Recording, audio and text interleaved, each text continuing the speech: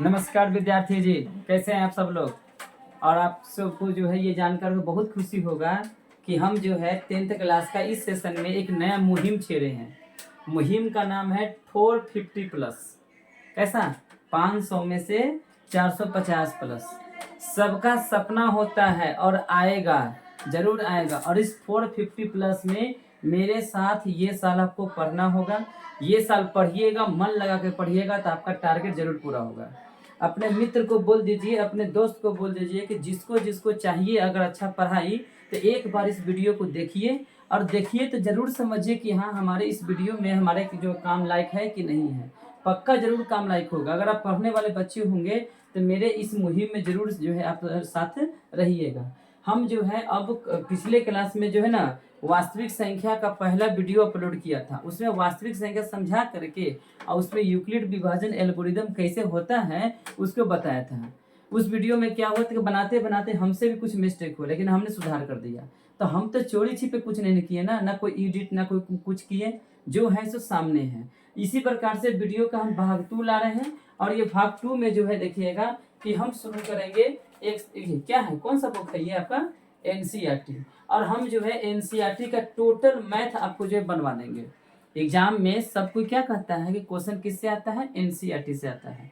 और एनसीईआरटी का जो है पूरा बनवाने के साथ साथ हम आपको जो है ऊपर से इम्पोर्टेंट क्वेश्चन जो होता है वो करवा देंगे। अरे इतना ना क्वेश्चन बनवा ही देंगे ना कि देखते देखते आपको लगेगा ना कि ये सब तो सर बताए थे और हमको आता है बनाने, और पक्का आप बना लीजिएगा। ठीक है, तो देखिएगा शुरू करते हैं एक्सरसाइज 1.1 का।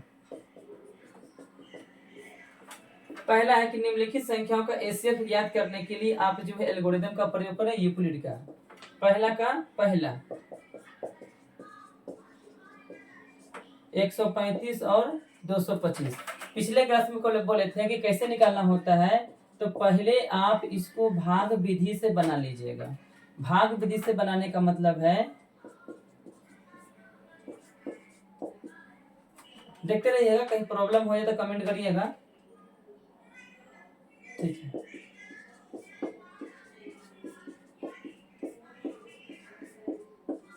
यहाँ पर जाकर के पूरा पूरा कट गया, क्योंकि हम इसको जब भाग देते हैं तो जो शेषफल बचता है ना, इसको घुमा करके इसको यहाँ ले आते हैं, फिर भाग देते हैं, शेषफल बचता है, फिर इसको यहाँ पर ले आते हैं, ऐसे ही करते हैं। इसका मतलब है अब इसको फैलाएंगे a equal to b q plus r, लिख देंगे यूक्लिड विभाजन एल्गोरिदम। यूक्लिड विभाजन एल्गोरिदम के साथ a equal to b q plus r. इसमें कहेंगे 225 भाज्य बराबर भाजक गुने भागफल जोड़ शेषफल, 135 गुने 1 प्लस 90। फिर कहेंगे 135 के लिए कहेंगे 90 गुने 1 प्लस 45। फिर 90 को बोलेंगे 45 गुने 2 प्लस 0। यहाँ पर लाकर क्या हो गया? पूरा पूरा कट गया। इसीलिए एचसीएफ कितना हो गया? 45। और आपको ऐसे ही बनाना है। हम उम्मीद करते हैं ना कि आपको ये समझ में आ रहा होगा कि कैसे बना है। सो इसको जो है इससे भाग दे करके जो शेषफल बचता है उसको घुमा देते हैं, फिर इसको इसे लगा करके शेषफल बचता है उसको लगाते हैं। और फिर ये तो भाग विधि हो गया। फिर इसको यूक्लिड के अनुसार करने के लिए जो है मतलब कि भाज्य बराबर भाजक गुने भागफल जोड़ शेषफल के फॉर्मूला पर तोड़ते रहेंगे। अंतिम में जहां पूरा पूरा कट जाएगा तो वही क्या हो गया? एचसीएफ हो गया। पहला बन गया। आप जो है दूसरा और तीसरा बना करके देखिएगा, बन जाएगा आपसे। पहला के बाद दूसरा है कि दर्शाइए कि कोई भी धनात्मक विषम पूर्णांक की 6q प्लस 1 और 6q प्लस 3 और 6q प्लस 5 होता है। देखिए बहुत इंपॉर्टेंट, मेरे तो ये फेवरेट क्वेश्चन है। मेरा ये फेवरेट क्वेश्चन है, क्योंकि ऐसे क्वेश्चन को कहता है ना कि साबित करिए कि ये जो है आपका विषम संख्या होगा। अब इसको साबित करते हैं। साबित करने के लिए सबसे पहले यूक्लिड विभाजन आप क्या सीखे हैं?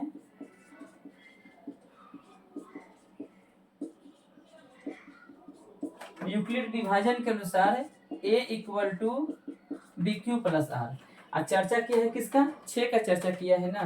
तो आप इसको 6 से भाग दीजिएगा। तो देखिए किसी भी संख्या को 6 से भागा दीजिए आप। हम इसके पिछले क्लास में चर्चा किए थे। यहाँ नहीं, यहाँ भाग देते हैं। 6 में भाग देते हैं, मान के चले कि 36। तो 6 6 36, पूरा पूरा कट गया। शेषफल कितना बचा? 0। देखते रहिएगा। 6 में 37 से भाग देंगे, 6 छक 36 1। फिर 6 में 38 से भाग देंगे, 6 छक 36 2। 6 में 39 से भाग देंगे 3। 6 में 40 से भाग देंगे 4। 6 में 41 से भाग देंगे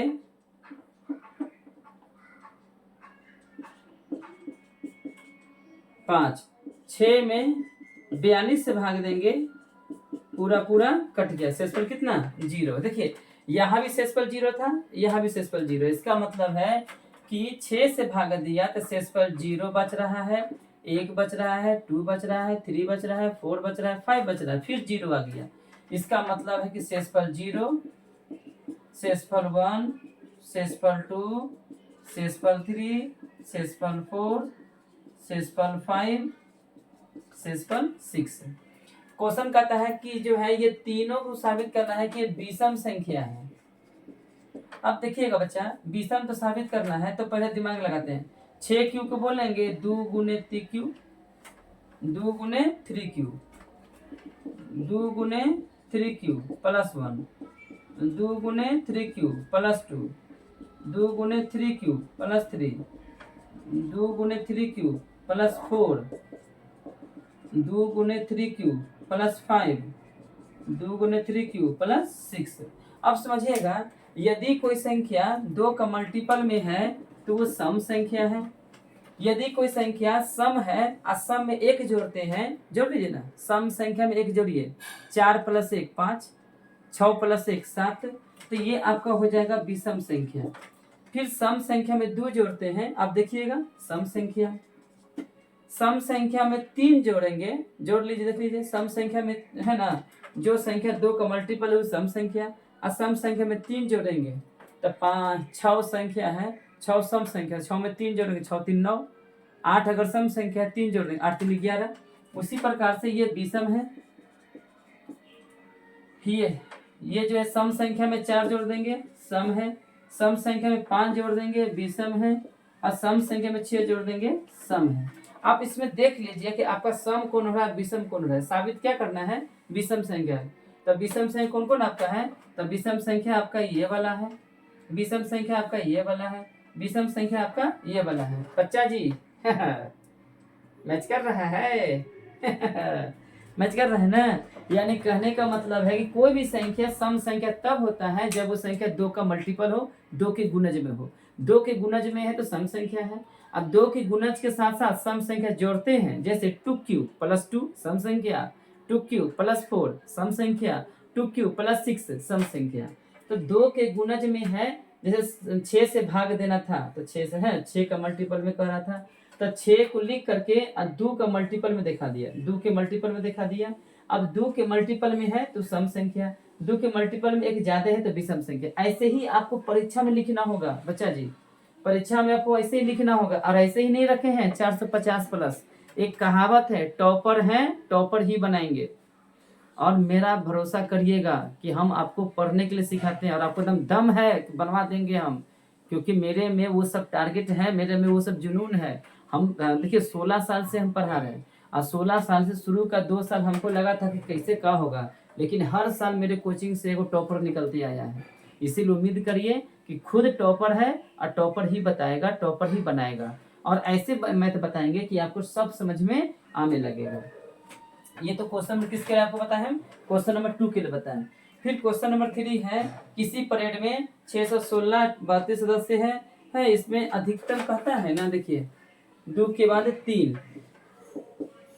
जिस क्वेश्चन में अधिकतम कह देना तो HCF निकालना होता है। जिस क्वेश्चन में अधिकतम कह दे तो क्या निकालना है, HCF निकालना है, निकाल लीजिएगा।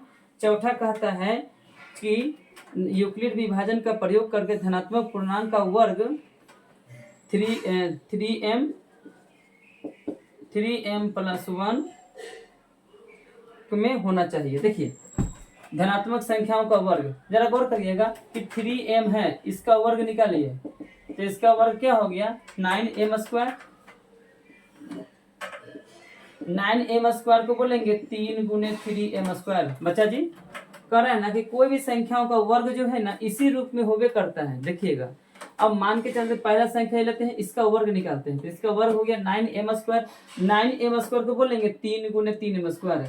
अब इसको कुछ मान लीजिए, आप इसको कुछ मान लीजिए 3p, है ना, जहाँ p बराबर 3m² मान ले। इसमें मैच कर रहा है कि नहीं मैच कर रहा है, ठीक है।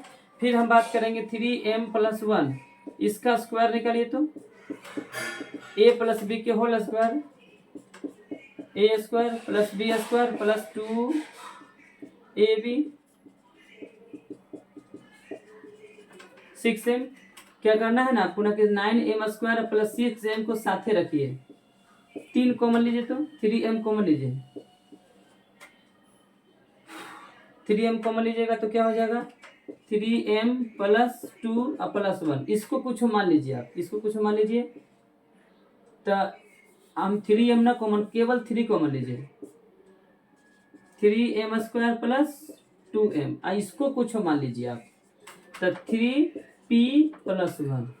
कहने का मतलब है कि हम कहते हैं कि किसी भी संख्या का स्क्वायर करते हैं तो जिसमें है वैसा ही बन गया। a + b के होल स्क्वायर करते हैं तो यही हो गया, 3m + 1 था तो 3m के जगह पर बदल दिया +1। इससे साबित होता है कि ये जो है 3m और 3m + 1 के रूप में है। तो हमें लगता है कि आपको ये भी बन रहा होगा, समझ में आ जाएगा। अब कहता है कि 55 नंबर के घन पावर 3 वाला, देखिए बच्चा, ये क्वेश्चन नंबर 4 था जी। क्वेश्चन नंबर 5वां कहते हैं कि कहता है कि 9m + 1 और 9m + 8, इसका जो घन निकालते हैं, ये घन जो है आपका इसी रूप में होता है। तो घन निकालिए, 9m के पावर 3 करते हैं तो क्या हो जाएगा 9 × 9 × 9m के पावर 3, 729m के पावर 3। अब 729 में इसके 9 के मल्टीपल में कहिएगा तो ऐसे हम कह सकते हैं, ठीक है। 729 करने के बाद में इसको 9 के मल्टीपल में इसे कह सकते हैं, आने तो आप यहीं से करते हैं, 9 के मल्टीपल इन दोनों के साथ रख देते हैं ना, ये कर लेते हैं आप। इसका मतलब है कि इसको कुछ नया मान लेते हैं तो 9p। उसी प्रकार से 9m + 1 का हम पावर 3 करेंगे तो a + b के whole cube, a³ + b³ + 3a² भी करके दिखाते हैं आपको, a³ + b³ + 3a² + 3ab², यानी हो जाएगा आपका यहाँ पर कितना हो जाएगा 729m के पावर 3 + 1 और 9 9 81, 81 × 3 कितना हो जाएगा 81 × 3 243m² + 27m। क्या कर लीजिएगा, +1 को अलगे करके बाकी सबको साथे कर लीजिए। 729m के पावर 3 243m² + 27m + 1। यहाँ से 9 कॉमन ले लीजिए, 9 कॉमन लेंगे तो क्या हो जाएगा 9 × 72, 9 × 9, 1 के पावर 3 + 9 दूनी 18, 9 × 63 m के पावर 2 3m। और ये विद्यार्थी इसको आप किसी को मान लीजिएगा ना तो क्या दिख रहा है 9p + 1। इसका मतलब है कि किसी भी संख्या का घन निकालते हैं तो आप जिस रूप में शुरू किए हैं उसी रूप में हो रहा है। तो 9m का पावर 3 कर रहे हैं तो 9m, चूंकि हम इसको p मान चुके हैं तो p में हो गया। 9m + 1 का पावर 3 कर रहे हैं तो इसको a + b के होल क्यूब में किया और इसको कुछ मान लेते इसी में होता है। सिमिलरली जो है इसी प्रकार से 9m + 8 में चलेंगे, हम 9m + 8 में चलेंगे तो 9m + 8 का पावर 3 कर लीजिएगा और सेम इसी पर बैठा दीजिएगा आप, तो बैठाइएगा तो आपको लगेगा कि इसी रूप में हो रहा है। इससे साबित होता है विद्यार्थी कि मतलब किसी भी संख्या का जो घन होता है वो इस रूप में, इस रूप में और इस रूप में होता है। तो आप इसी तरह से देखिएगा कि हमने एक्सरसाइज 1.1 का पूरा बनवा दिया। और जो टारगेट 450 ये सिंपल साधारण बच्चों के लिए नहीं होता है, ये केवल पढ़ने लिखने वाले बच्चों के लिए होता है। तो ये 450+ में ज्वाइन करने के लिए बहुत जल्दी हम कुछ नए खुशखबरी आपको देंगे। तब तक के लिए जो है 1.1 बनवा दिए हैं, आप इसको रिवीजन करिए। फिर मिलेंगे हम अगला जो है अंक गणित का आधारभूत प्रमेय जो होता है वृक्ष विधि का यूज कर करके, फिर जो है अपरिमेय संख्या और अभाज्य गुणनखंड के रूप में है, वो अगले क्लास में बनवा देंगे। टोटल जो मैथ का जो भूत होता है ना, मैथ का डर, उस सारे बच्चों से मैथ का डर हटाना है। तब तक के लिए नमस्कार, और बढ़िया से इसको आप रिवीजन करिए।